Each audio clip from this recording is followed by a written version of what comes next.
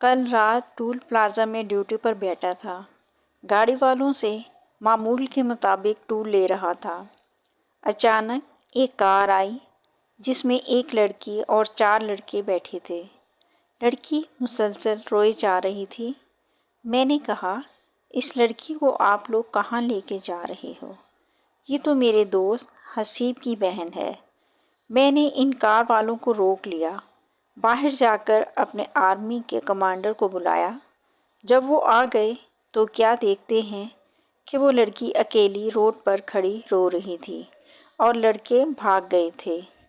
پھر میں نے سوچا کہ جا کر بات کروں اور پوچھوں کہ کیا معاملہ ہے، لیکن پھر دماغ میں خیال آیا کہ میرا جانا مناسب نہیں۔ اپنے شفٹ کمانڈر کو کہا کہ آپ جاؤ اور اس سے پوچھو کہاں جانا ہے۔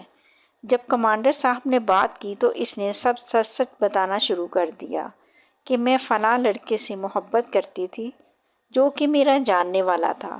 اس نے مجھے گھر سے بٹھایا اور رات 2 بجے ہم روانہ ہو گئے۔ میں بہت خوش تھی لیکن دل ڈر رہا تھا۔ جس کو میں اپنا خیر خواہ سمجھ رہی تھی وہ بار بار کال مرا رہا تھا۔ راستے میں اس نے اپنے دوستوں کو بھی ساتھ لیا۔ شور کرنے کو دل چاہا لیکن پھر یہ سوچ کے چپ ہو گئی کہ خود ہی اپنا گھر چھوڑ کے آئی ہوں۔ نہ اپنی بیوہ ماں کا خیال آیا اور نہ ہی اپنی بہنوں کا۔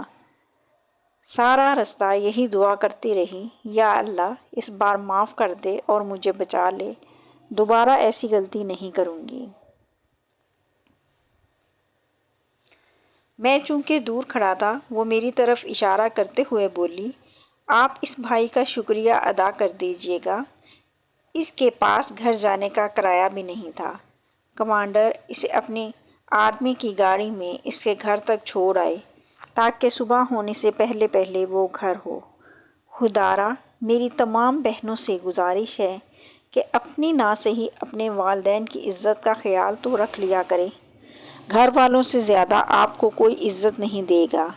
رہی محبت کی بات تو وہ اپنے رب سے کریں۔ جتنی محبت آپ اللہ سے کریں گے وہ اتنی ہی آپ کو بلندیاں عطا فرمائے گا اور آپ کی ہر مراد پوری ہوگی۔